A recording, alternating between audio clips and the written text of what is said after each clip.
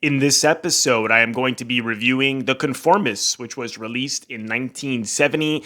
This Italian classic film was directed by Bernardo Bertolucci. He also wrote the screenplay. It was adapted from the novel by Alberto Moravia, and it starred Jean-Louis Trintignant, Stefania Sandrelli, and Dominique Sanda.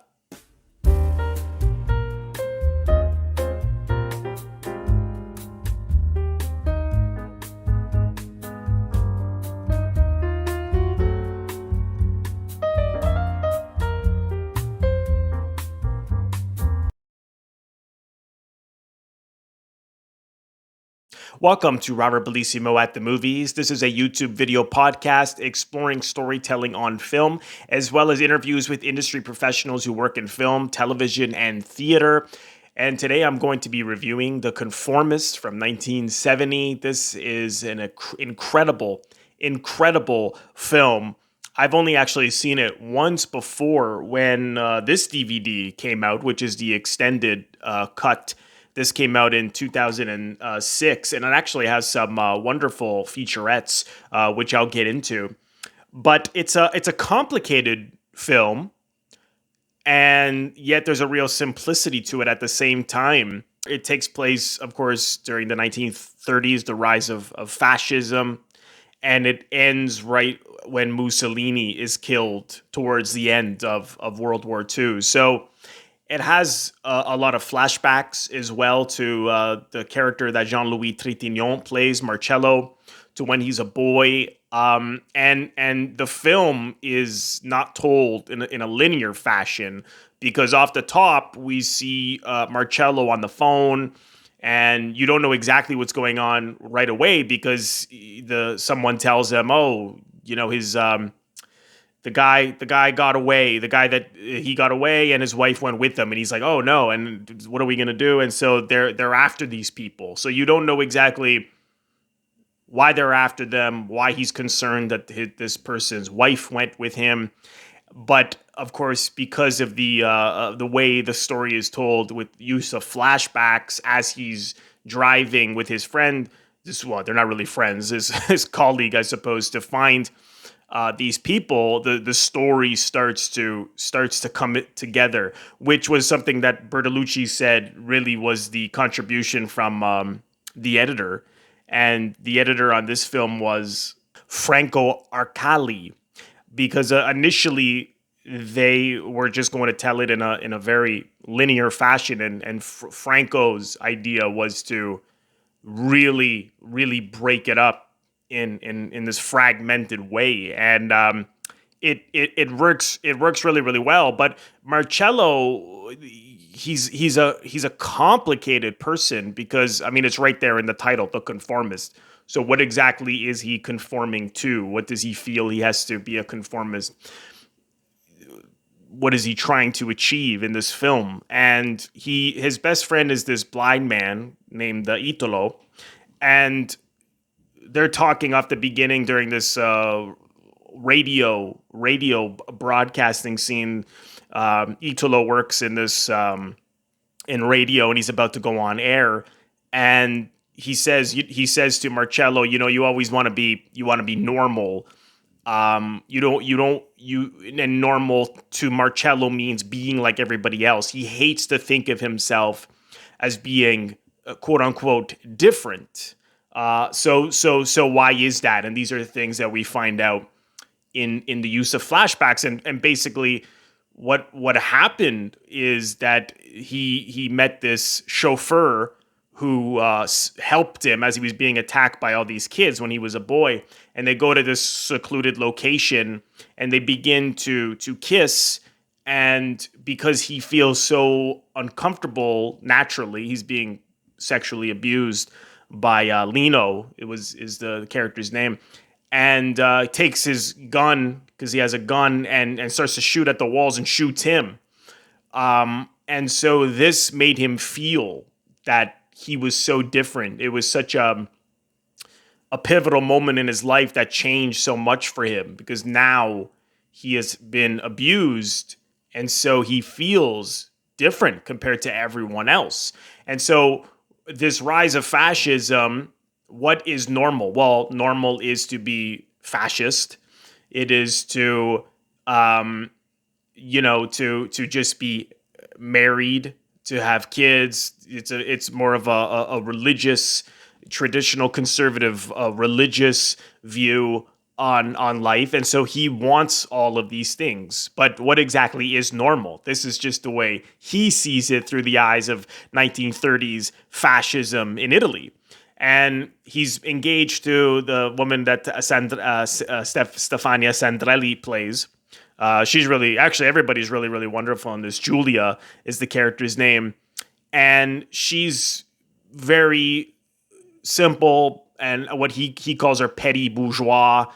Like, is not, as he's later describes her as someone who just wants to get into bed or be in the kitchen. So he wants someone who's going to close her mouth and is traditional, basically. And there's a great scene with the priest, because he has to go see a priest in order to marry her, to confess his sins. There's actually another scene earlier where the fascists write a letter finding out that his father is in a mental institution, and so they're concerned about him marrying Stefania Sandrelli's character because of course, the fascists, anyone who had a mental health issue, were to them was a waste of life, and so they're concerned that he is that he has the same condition, that it's going to be passed down. So this is another thing about him feeling that he isn't normal, because his father is mentally disturbed or has a mental illness of some kind, and his mother also is a morphine addict. She has many lovers. You see the violence in him later as he goes and visits her, and the guy who comes to give her the morphine, he has him killed by his colleague there. So he has this. He wants to destroy everything that is not normal. Not normal in his eyes. This is what he perceives as normal: is the traditional marriage, children, wife at home, and fascism. So he also, Trintignant, what's so great about him is that he is incredible at lending his face to so many different characters. When you watch him in Il Sorpasso and The Great Silence and this, it's hard to, sometimes it's hard to believe it's the same person. And he's so good at doing so little yet conveying so much in these tremendous close-ups. And there was a point in the film, particularly with the priest, where I felt, that I felt I wanted more from him as an actor. I felt that if he was ashamed of his past, maybe he should have shown that more. But then as the film evolved and I thought about it more, I thought, no, that's a really interesting way to play it, because that is, he's someone who, again, what is normal? Well, normal is not being emotional as well. I mean, this is just my interpretation. I mean, he's a man who does not want to feel anything. He just wants to join the crowd and blend in. And another reason why that works so well is because towards the end, he really explodes. He has this explosion, which I'll get into, this anger. So it's a tremendous performance from him. And so, he takes it one step further. Not only is he a fascist, but he works for the fascist police. He's a spy. He tells the priest that he's hunting people who are anti-fascists, basically. And I imagine the priest gets scared, because then he forgives him of all his sins and says, carry on, because at first he's really angry, finding out that he had been with a man, that he had that he also admits that he had gone to brothels and had sex with women in brothels. And the priest gets mad about these things, and then this is when he says, well, I want to be normal. I'm trying to be normal and just get married. And again, it's a more conservative religious view that he's trying to just design and sculpt his life a certain way, and get rid of his past. And the cinematography from Vittorio Storaro, again, one of the all-time great cinematographers who worked with Bertolucci also on Last Tango in Paris and other collaborations. He did Apocalypse Now, a lot of really great films. And he really, one thing he said was that once the talkies came in and the silence films went away, you lost the feelings from the cinematography. That he felt that a lot of cinematography was shot straight, and so he wanted to bring back more of that expressionistic styles from the silent era. And so he actually came up with having the first half of the film before they go to Paris later in the film, which I'll get into why that is in a bit. He didn't say film noir directly, but it very much, the influence I imagine is from film noir, because he's got the use of shadow and light and the bars over his face and the Dutch angles, and as he said, was because this man is like caging himself in, and so he felt that having that claustrophobic feel would bring out the feelings of this character. And I thought that worked very, very well. And there's hardly, there's a lot of the colors are dark too. It's like neo-noir, really. It's gray, it's dark brown. It's, there's hardly dark blue, it's very, very gray. And then the second half of the film, boom, we have so much color. And the reason for that is because we get to see the other side of his personality. The first half is him trying to design this personality, mold his personality into this traditional fashion that he is trying to be.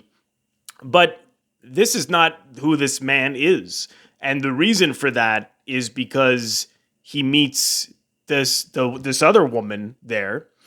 Because what happens is he ends up having to go and kill an anti-fascist who's very openly anti-fascist in Paris. And this man was his professor in school. And so he goes to Paris to kill this man. And he's married to this woman who is everything that Marcello apparently says he hates. I mean, she's an intellectual. She's an anti-fascist. And he believes that she was even a prostitute. And this is what's interesting, was that in the film, there are these scenes where he sees prostitutes, and it's her. It's the same actress, who's again played by Dominique Sanda, and I thought that was meant to be literal, that she was a prostitute and now married to this professor in Paris. But apparently, Bertolucci said that no, it's just that he thinks he's seen her before. And he even says that to her. I've seen you before. I hugged you. And there's this scene where he sees her as a prostitute, and she's dressed totally different than the first time. And again, because it's not meant to be the same person. And I think it's meant to be more symbolic of the fact that he's trying to escape his life. But when he sees some of these different characters are bringing out different sides to him. And so the prostitutes are, again, making him not want to just have a traditional marriage and sex life. These are things from his past. As he said, he went to a brothel. And so, this guy who's designing his life to be a certain way, now he sees her, Dominique Sanda character, and he thinks that she's that prostitute. But this is the thing, he loves her. He begins to fall in love with her very, very quickly. And so what does that tell you about him is that his past is coming to haunt him, is that he cannot escape himself. And so not only is he oppressing himself from these traditional values about, I got to be a fascist, I've got to be married, I've got to just be quote unquote normal. He's also suppressing his own sexual urges. And you also see that with his wife, again, beautiful performance from Stefania Sandrelli. Because on the train on the way to Paris, she begins to talk. She says, I'm not worthy of you. I'm not a virgin. I've had sex with this much older 60-year-old man. And he is aroused by that. And there is this scene where she talks about exactly what happened. He grabbed my breast here, he did this, and he is and sort of role playing and playing playing the older man as he is so aroused that he sleeps with her on the train. And this is when the color starts to really pop. We've gone from all this gray and this noir and this claustrophobia to now the man is beginning to get in touch with his who he really perhaps is, and leaning into it. And we get blue and we get red and all this beautifully, that red tint and that blue tint in the second half of the film. I thought that was a great idea from Storaro, how he expressed the visual, the cinematography, the feelings of the characters visually.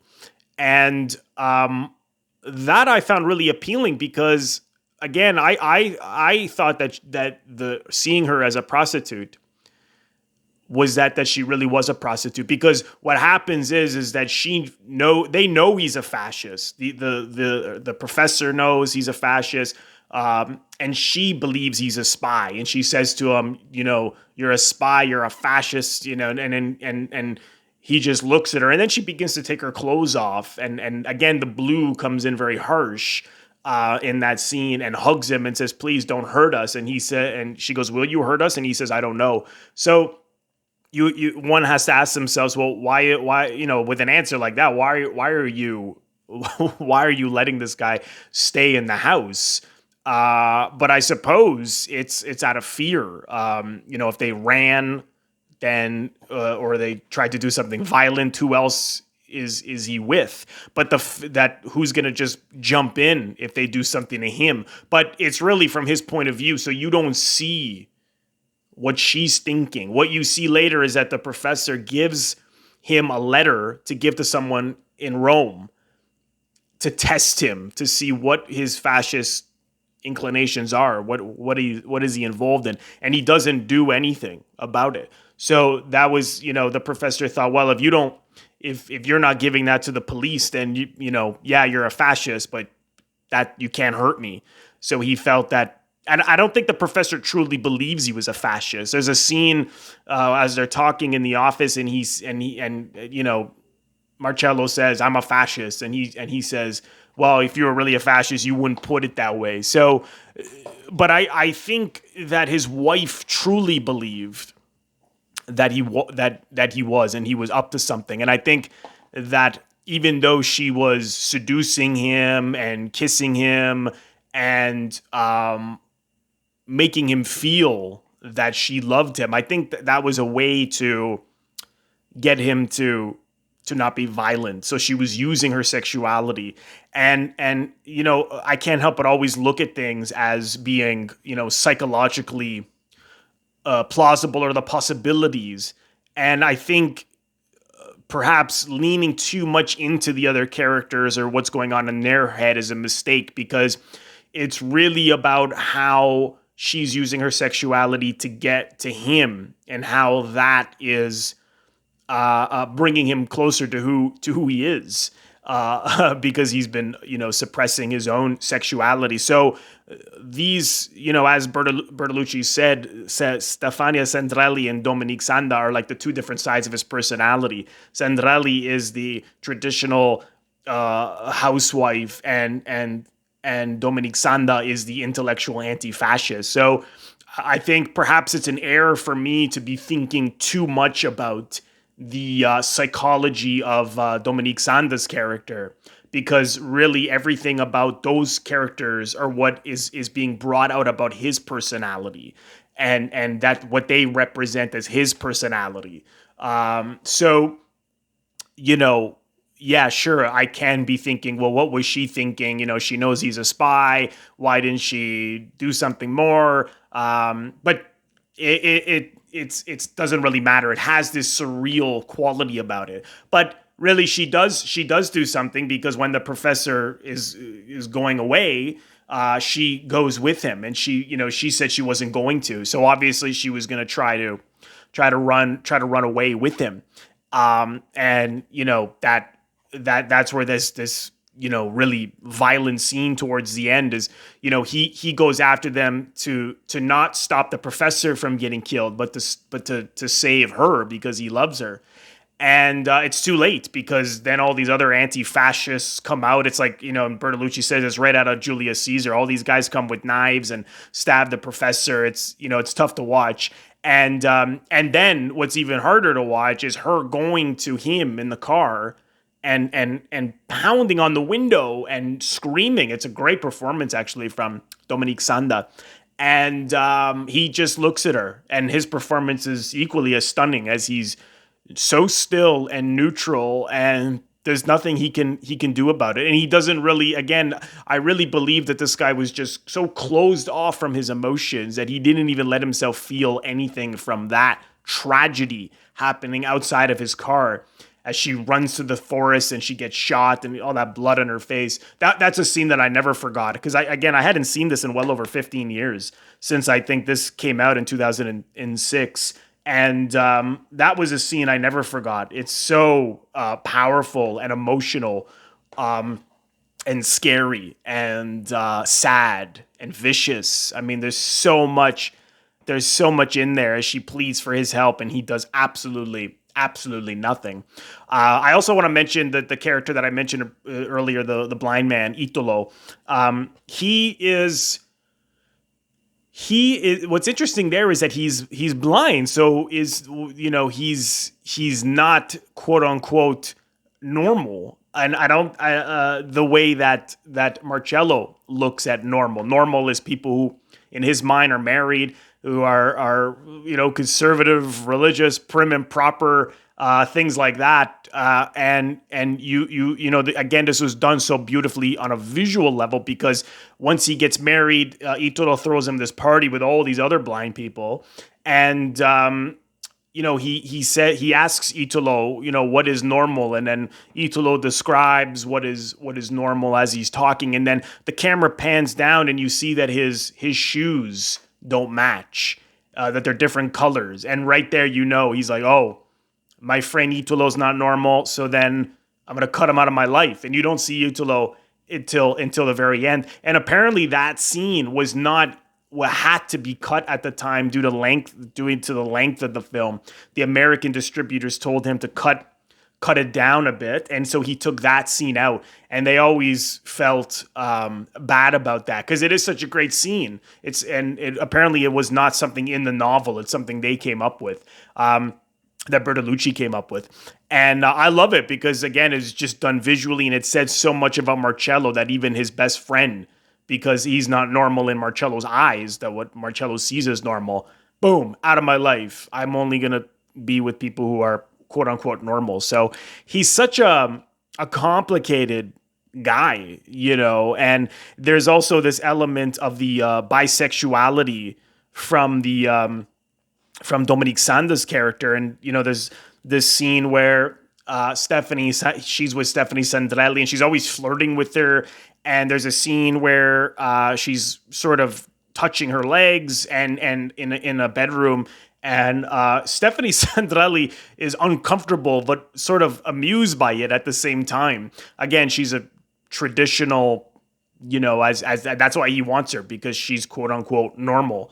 And he's watching through the door, and Dominique Sanda's character knows that he is watching, and why carry on and seduce the wife right in front of him? And I thought, again, it's meant to be more symbolic. It's like that she knows that to get to this guy, to get to who he really is, to perhaps drop his fascism, drop this role he's playing, this construction he's trying to build, to create, is through sex. And it's kind of like inviting him into perhaps a threesome, or just to watch, or just to be aroused by it. And I thought that was really interesting and telling, because he doesn't stop it. And he just watches, and then later on, that dance scene where Sandrelli and Dominique Sanda are dancing again, and he actually comments to the professor, oh, why are they dancing together? That's quote unquote not normal. Two women should be dancing together, again, as he sees things. And as he goes into the crowd, everyone sort of comes around him. It's such a great scene, but it's all these ways in which she is trying to get to him, I imagine, and that was why I thought that she really was a prostitute, and it's ambiguous enough that you can accept that, because it's like, maybe to a way to get to this guy is through sexuality. And if she really was a prostitute, then she knows how to seduce. It was, that was her job. She knows how to do her job well. So that's what I thought. But I can see also what Bertolucci's saying is, no, that he just thinks he's seen her before. He just thinks she's the prostitute. And that is also, again, is more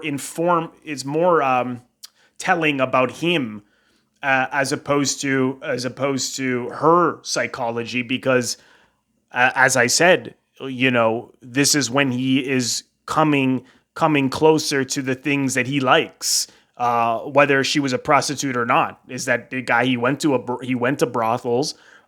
He hugged this prostitute, some kind of someone who's perhaps quote unquote different, living outside of society, looked at society a certain way, hugs her tight, as a way to say that we connect, is the way I took it. So it's that those feelings, and reminders of who he really is coming back through Dominique Sanda. Whether she really was a prostitute or not, it doesn't matter, because again, it's more about this guy and what is going on with him psychologically, and about who he really is.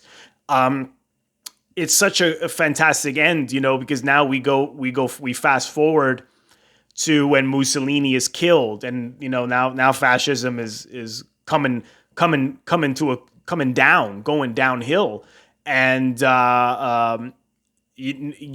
what is normal now for him? How does he conform now? Because now that is no longer the norm. Everyone is celebrating Mussolini being killed, and so Italo calls him his friend, that he needs him. He goes and meets him, and then this is when he runs into Lino, who he thinks he had killed.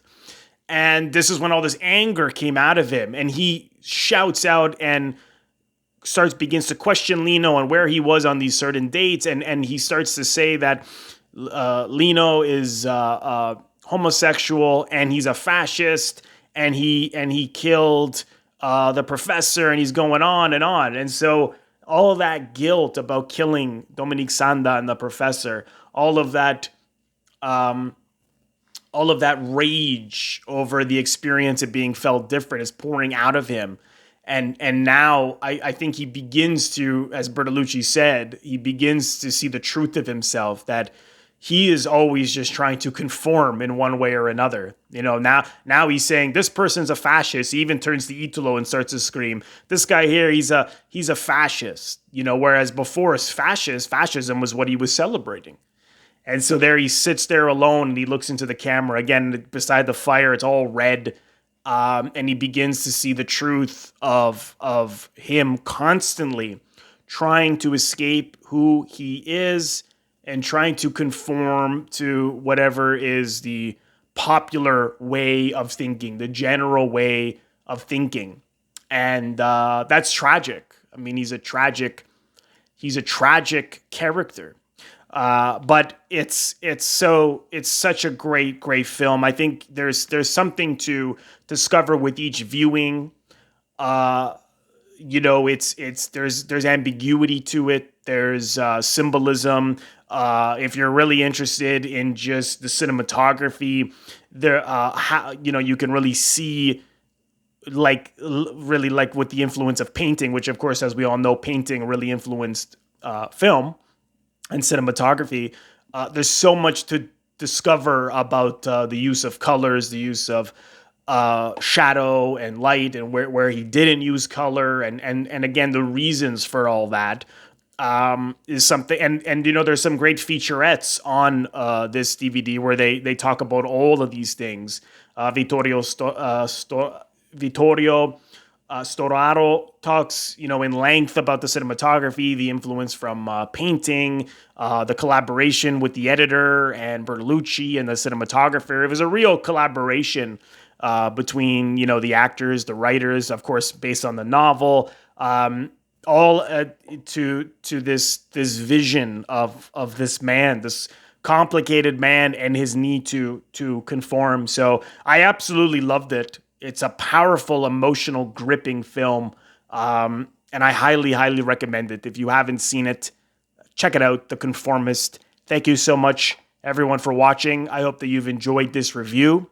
If this is your first time here on my YouTube channel, please consider subscribing. By pressing the Robert Bellissimo at the Movies logo, you will see it floating above my head in the top left corner to your top left in just a second. Just click on that and then click the bell in order to get a notification every time I release one of my new episodes or when I go live. You can also leave a donation directly below by clicking the thanks tab right below the video box. You'll see the different links that will say like, dislike, comment, and there's a little heart-shaped tab there that says thanks. Click the thanks tab, and from there, if you wish, you can leave a donation. So thank you so much again, and I will see you in the next episode.